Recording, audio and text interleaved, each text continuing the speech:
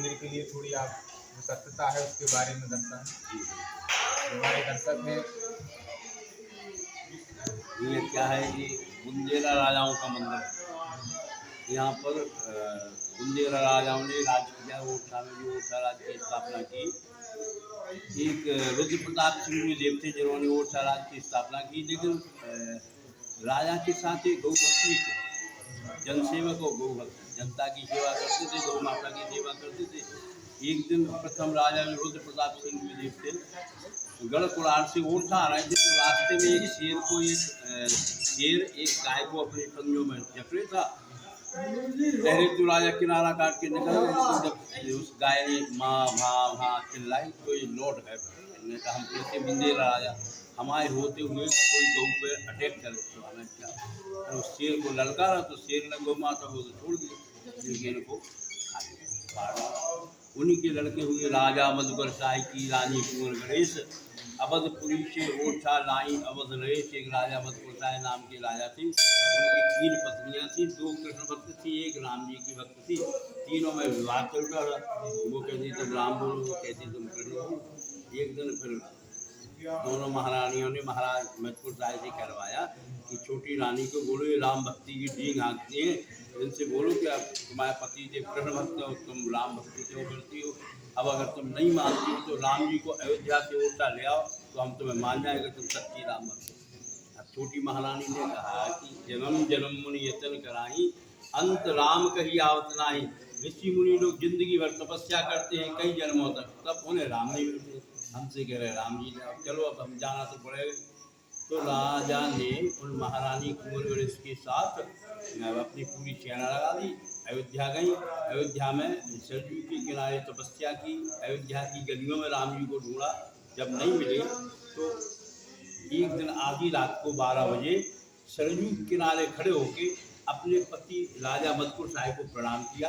कहने लगे पतिदेव आज हमारा अंतिम प्रणाम आपको है, क्योंकि अब आज के बाद एक मृतदेह ओरछा जाएगी, जीवित तो हम जाएंगे नहीं। पूरी सेना को सुला के, जो उनके सुरक्षा गार्ड था महारानी का, सबको सेनापतियों को सुला के और आधी रात को सरयू नदी में कूद गई। कूदी तो ये जो राम जी विराजे हैं ओरछा में, यही राम जी महारानी की गोदी में आ गए। अच्छा, ये राम जी त्रेता युग के राम जी हैं। त्रेता युग में जब राम जी वनवास जाने लगे तो माँ कौशल्या से प्रणाम करके कहने लगे, बरस 4 10 विपिन बसी, कर पितु बचन प्रमाण, आय पाए पुन देखहूँ, मन जन कर चिमलान। हे माता जी, 14 वर्ष के बाद फिर आपके इन चरणों के हम दर्शन करेंगे, तब के लिए हमें आज्ञा दो। माता कौशल्या बोली, बेटा 14 वर्ष के बाद तुम्हें कोई मिलेगा तब तो तुम उसको फिर प्रणाम करोगे, हम तो महीना 15 दिन में मर जाएंगे। क्यों माता जी? इसलिए कि बेटा हमने बिना आपको छोड़ के आज तक भोजन ग्रहण नहीं किया, कभी भी एक बूंद जल भी नहीं किया। आप चले जाओगे तो हम खाएंगे पिएंगे तो नहीं, क्योंकि रघुकुल रीति सदा चली जाई, प्राण जाए पर वचन न जाई। अब हमने आपको छोड़ के आज तक कुछ खाया पिया नहीं है, तो हम नहीं खाएंगे। 10 15 दिन 20 दिन इससे ज़्यादा नहीं जिएंगे। राम जी ने कहा, माता जी आपने पहले कभी नहीं बताया। तो यही श्री विग्रह राम जी ने माता कौशल्या को उस त्रेता युग में भेंट किया था। कहा इसी श्री विग्रह को अपना बेटा राम समझकर नित्य प्रसाद पवा दिया करो तो आपके प्राण बच जाएंगे। माता कौशल्या सुबह से उठे, राम जी अपने बेटा राम जी की याद में बढ़िया भोजन बनाए, इसी श्री विग्रह को स्नान ध्यान सब पूरा लालन पालन करें और प्रसाद लगा के स्वयं प्रसाद पालन। किसी तरह से 14 वर्ष निकल गया। 14 वर्ष के बाद राम जी वनवास से लौटे। इसी ओरछा में जो विराजमान श्री विग्रह है अयोध्या में ही था, तो अयोध्या में इसी श्री विग्रह के बगल में खड़े हो गए। माता जी जोर से भूख लगी, प्रसाद पवाओ, तो माता जी कौशल्या ने भोजन थाल परोस के जाए। कहा बेटा अभी एक संशय है, पहले हम आपको पवाएं या जिस श्री विग्रह ने हमारे प्राण बचाए हैं इसको हम प्रसाद पवाएं। तो राम जी ने कहा, माता जी अब ये तो सही है कि इसी श्री विग्रह ने आपके प्राण बचाए हैं, लेकिन हम तो बेटा राम आपके साक्षात खड़े हैं सामने, तो हमें भी पवाओ और इन्हें भी प्रसाद लगाओ। उसी समय त्रेता युग में इसी श्री विग्रह को माता कौशल्या ने प्रसाद लगा के, अयोध्या में एक कौशल्या घाट है, उसी कौशल्या घाट में जाकर सरयू नदी में प्रवेश करके इसी श्री विग्रह को प्रवाहित कर दिया था त्रेता युग में। फिर त्रेता युग, फिर द्वापर, फिर इस कलयुग में ऐसी मान्यता है कि ओरछा में जो महारानी कुंवर गणेश है ये कौशल्या का अवतार है। ओरछा में इन्होंने अयोध्या जाकर उसी लालन पालन के उससे जो 14 वर्ष तक वनवास गए थे राम जी, तो उस समय लालन पालन या भगवान अपने बेटे को नहीं देख पाए, उसी की पूर्ति करने के लिए कलयुग में कौशल्या के स्वरूप में आई हैं। एक दोहा यहाँ प्रचलित है, बैठे जिनकी गोद में, बैठे जिनकी गोद में, मोदमान विश्वेश, कौशल्या शानी भई, सुरानी कुंवर गणेश। ये महारानी कुंवर गणेश कौशल्या का ही अवतार माना गया है। और वहाँ से फिर अयोध्या से 3 शर्तें थी। पुष्य नक्षत्र में चलेंगे, तो पुष्य नक्षत्र में चलती थी। राम जी ने कहा था माता जी आप हमें ले तो चल रही हो, लेकिन 3 शर्तें होंगी। एक तो पुष्य नक्षत्र में चलेंगे, दूसरी बात जहाँ बैठा दूंगी फिर वहाँ से अन्यत्र नहीं जाएंगे।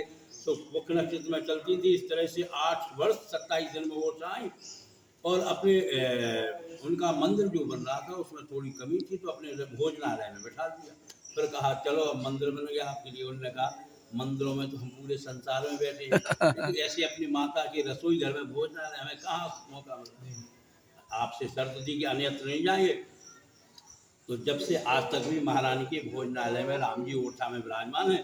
तीसरी शर्त दी कि आपके अपने पति पर विश्वास हो तो बोलो, आपको अपने पति पर भरोसा हो, क्योंकि वहाँ के राजा हम होंगे, आपके पतिदेव का राजपाट सब समाप्त हो जाएगा।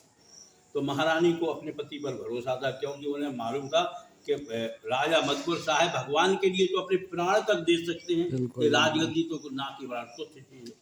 उन्होंने हाँ बोल दिया। जैसे राम जी ओरछा में विराजे से राजा मजबूर साहब ने अपने ताज भगवान के चरणों में समर्पित किया। आज से आप ओरछा के असली राजा, हम आपके दास। उन्हीं राजा मजकूर साहब महारानी कुंवर गणेश के लड़के हुए हैं वीर सिंह देव, तीसरी पीढ़ी में बता रहे हैं। वीर सिंह देव ने झांसी का किला बनवाया, दतिया का किला बनवाया, ओरछा में लक्ष्मी नारायण मंदिर बनाया, यहाँ बगल में बावड़ी वगैरह ये जगह जगह बनवाई। अच्छा, वो उन्हीं ने सन 1618 में मथुरा में जाकर कृष्ण जन्मभूमि मंदिर बनाया था। कृष्ण जन्मभूमि मंदिर सन 1618 में बनाया, जब 10 रुपये तोला सोना बिकता था। 10 रुपये तोला सोना यहीं से खरीद के इकट्ठा करके ले जाते थे, भगवान जी का मंदिर बनाया कृष्ण भगवान का। दुर्भाग्यवश 1665 में औरंगजेब ने आके उसको तोड़ दिया और अपनी मस्जिद स्थापित की। जिस जगह आज मस्जिद स्थापित है वही असली कृष्ण जन्मभूमि मंदिर ओरछा के राजा ने बनाया। उन्हीं राजा वीर सिंह देव के लड़के हुए जुझार सिंह, पहाड़ सिंह, हरदौल जी वगैरह, ये सब उनकी संतान थी, 11-12 संतान। ये मंदिर पहाड़ सिंह देव ने बनवाया। पहाड़ सिंह देव को एक बार स्वप्न में आया कि गोड़वाना राज्य है, वहाँ गोड़वाने राज्य में वहाँ का राजा गायों को हल में जुतवाता है। तो इन्होंने पहले स्वप्न के अनुसार अपने भाट को भेजा कि तुम देख के आओ। भाट वहाँ पर गया, वहाँ की पूरी स्थिति देखी गौ माता पे जो कष्ट हो रहा था। आके ओरछा के राजा को बताया, कहा महाराज जी वहाँ पर गोड़वानी में वहाँ का बड़ा दुष्ट राजा है, गायों को हल में जोतता है, गाय की नाक में छेद करके रस्सी बांध के गौ माताओं को 16-16 घंटा हल में चलाते हैं। कोई गौ माता हल में चलते चलते बैठ जाए तो वही उनका कत्ल कर देते हैं, दूसरी गौ जोत देते हैं और उनका मांस बाजार में बेच देते हैं। अच्छा, इससे संबंधित एक कवित्व राजा महाराजा की जो दस्तावेज थे उनमें आज से 400 साल पहले लिखा गया बुंदेला राजाओं के दस्तावेज, वो पद हम आपको सुना रहे हैं। उस भाट ने ओरछा के राजा को कहा, पड़ी है पिशाचन बीच जो तत् है 8 जाम, शुद्ध न नेत्र पापी तृणहु के खाने की, कान्हा की कामधेनु करती है बिलाप रोए, तो कपिला की जात कहूँ भाग नहीं जाने की। महाराज जी हाथी घोड़ा खड़ा कुत्ता बिल्ली इनको अगर मालिक प्रताड़ित करे तो ये भाग जाते हैं, लेकिन गौ माता ऐसी पवित्र और सीधी जाती होती है कि मालिक कितने ही मारे पीटे तो शाम को अपनी खूंटी पर वापस आती है। तो कपिला की जात कहूँ भाग नहीं जाने की, रोज रोज उठत भोर अरज करत राजा राम जूसो, कब फौज चढ़ जावे तुमरे राज के घराने की, वीर सिंह जू के कुंवर प्रबल पहाड़ सिंह जू, तेरी बाट जोहती है गौए गौड़वाने की, तेरी राह हेरती है गौए गौड़वाने की। ये बस कि महाराज जी गौ माता आपका इंतजार कर रही है, आपका पूरे देश में आप गौ माता की रक्षा करते हो तो आप ही की पुकार कर रही है। ऐसा कहा तो ओरछा के राजा तुरंत ओरछा से चल दिए, यहाँ तक आए। यहाँ उन्होंने पूरा संगोष्ठी की कैसे युद्ध किया है। कहा महाराज जी वहाँ की सेना गौड़वाने की सेना ओरछा राज्य की सेना से 4 गुना ज्यादा है, तो युद्ध कैसे करेंगे जब विजय श्री प्राप्त नहीं होगी। 4 से 1 कौन लड़ेगा, 1 तो हार ही जाएगा। तो कहा महाराज जी अब तो कोई देव शक्ति सहयोग कर दे। तो कई कौन है, कोई किसी ने कहा राम जी, किसी ने कहा भगवान भोलेनाथ, किसी ने कहा भगवान कृष्ण, किसी ने कहा चारों युग परताप तुम्हारा, जो है परिसिद्ध जगत उजियारा। ये लड़ाई भड़ाई के काम में तो हनुमान जी महाराज फर्स्ट नंबर। अगर हनुमान जी महाराज चाहे तो हमें विजय श्री मिल सकती है। तो सबने है हाथ जोड़ के हनुमान जी की प्रार्थना की। लेत सदा सुध दीन की इस कली में कृपा निधान, गौ माँ की रक्षा करो हे पवन पुत्र हनुमान। हे हनुमान जी उन गौ माता की रक्षा हो जाए, फिर हमारे प्राण चले जाए तो हमें चिंता नहीं है। जैसी प्रार्थना की सो हवा का एक दूर से बवंडर उठा, उस हवा के बवंडर में हनुमान जी की ओंकार सुनाई दी। राजा ने कहा देखो भगवान सीधे आके किसी से नहीं मिलते हैं कि भैया हम आ गए, हमने प्रार्थना की, ईश्वर ने अपनी ओंकार हमें सुनाई दे दी, अब हमें अवश्य विजय श्री प्राप्त होगी। अब तो गए युद्ध के लिए पहले वहाँ के राजा का नाम था हृदय साय, गौड़वाने के राजा का। अपने भारत में 11 स्वराज थे उस समय। राजा से प्रार्थना की कि देखो तुम भी हिंदू राजा, हम भी हिंदू राजा, और गौ माता के प्राणों की रक्षा करना अपना धर्म होना चाहिए। ये गौ माता के जो आप बंद करते हो ये बंद कर दो। अब क्योंकि उस समय पूरा मुगल सम्राट था इसलिए वो डरते थे। उन्होंने कहा भैया हम तो बंद नहीं कर सकते, मुगल सम्राट था पूरा, कब चढ़ बैठे ऊपर। तो उन्होंने कहा अब क्या करें, तो कहा कि अब तो बस एक ही उपाय है। उन्होंने कि अब तो एक ही उपाय है, युद्ध किया जाए इनसे। ओरछा के राजा ने युद्ध किया, युद्ध में विजय श्री प्राप्त होगी, गौशालाएं करवाई, राम राज्य स्थापित किया। उसके बाद ये हनुमान जी वहीं गौड़वाना के किले में स्थापित थे, यहाँ नहीं थे पहले। गौड़वाने राज में 20 मिनट में तलघर में वहाँ के वो पहले के राजा इसलिए स्थापना किए थे, भूत प्रेत पिशाच से सुरक्षा के लिए इन हनुमान जी को स्थापना किए थे। तो जैसे ओरछा के राजा ने हनुमान जी का दर्शन किया तो लगा कि हनुमान जी कह रहे हैं कि हमें साथ में रहकर, क्योंकि अपने हृदय में यदि प्रेम सच्चा है तो मूर्ति भी बोलती है। लगा तो ओरछा के राजा रथ में बैठा के हनुमान जी को लाए, रथ यहाँ अपने आप जाम हो गया, यहाँ से आगे न बढ़े। अब ओरछा के राजा ने कहा हम आपको यहाँ के लिए थोड़ी लाए, तो आपको ओरछा के लिए लाए थे, अपने राजमहल में बिठाते, नाती पोता देता, आपके दर्शन करते, मंगला आरती के। अब 5 किलोमीटर दूर कौन आएगा आपके दर्शन के। महारानी अकेली, उस समय महारानी अकेली तो आती नहीं थी, अगर महारानी साथ में आ रही तो पूरा प्रोटोकॉल उनके साथ में आता, और रोज रोज कौन आएगा यहाँ। अब आप यहाँ से आगे चलो नहीं, जब किए गए तो राजा नौकरों से कहा कि तुम इनकी स्थापना कर देना, हम तो जा रहे हैं। राजा ओरछा चले गए, यहाँ नौकरों ने मंदिर बनाना शुरू किया, द्वारी तक मंदिर बन गया। इसको द्वारी बोलते, जहाँ हम बैठे ना इसको द्वारी बोलते, इतना तो मंदिर बन गया।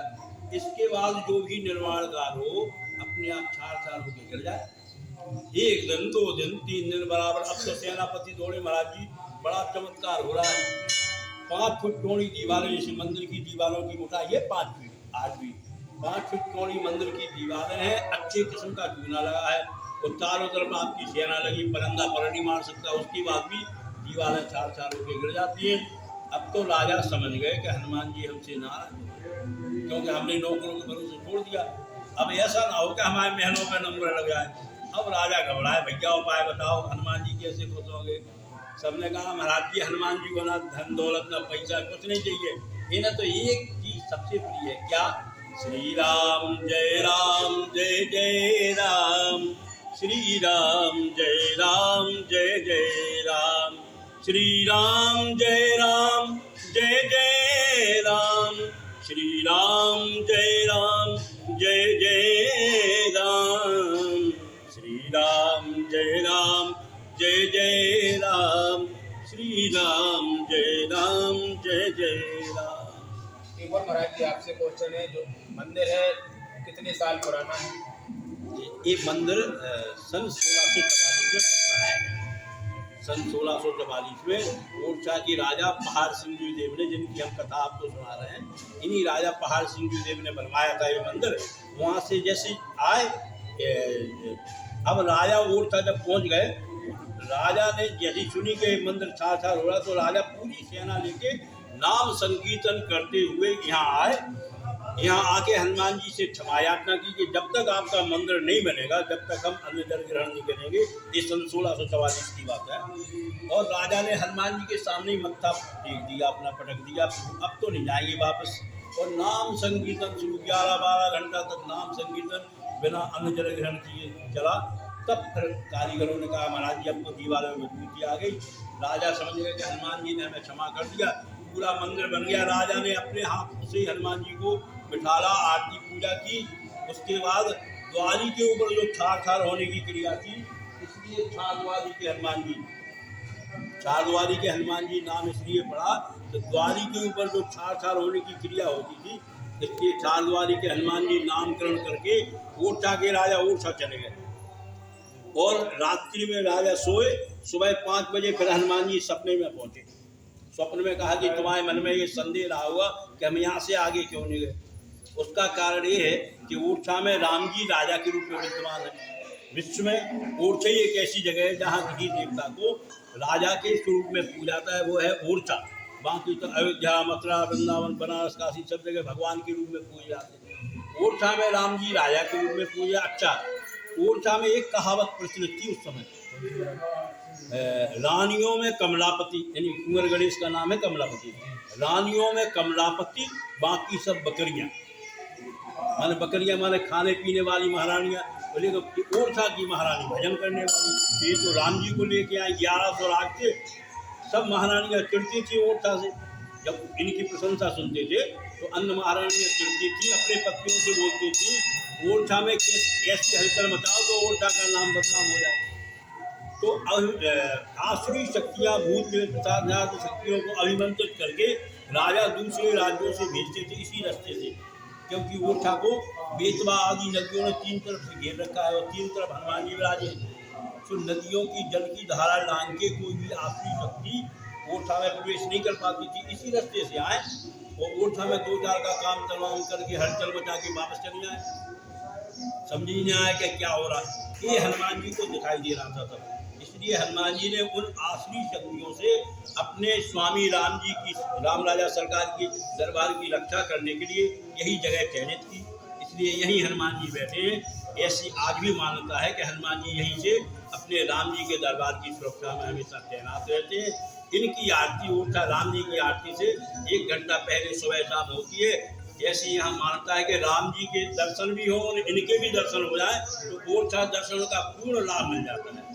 अगर अधूरे रह के इनके दर्शन नहीं हुए कि उनके दर्शन नहीं हुए तो ओरछा दर्शन अधूरा है।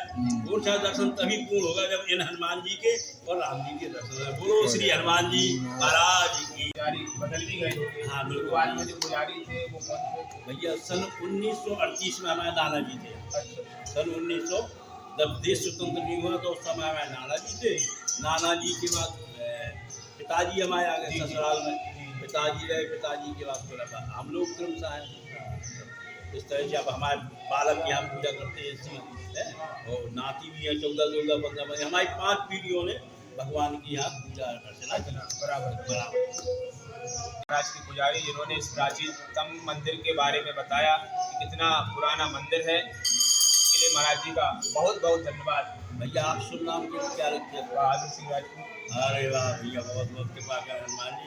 आप हनुमान जी का प्रचार करने के लिए आपने जो अपने ये मीडिया की सेवा की है, आपको भगवान प्रसन्न रखें।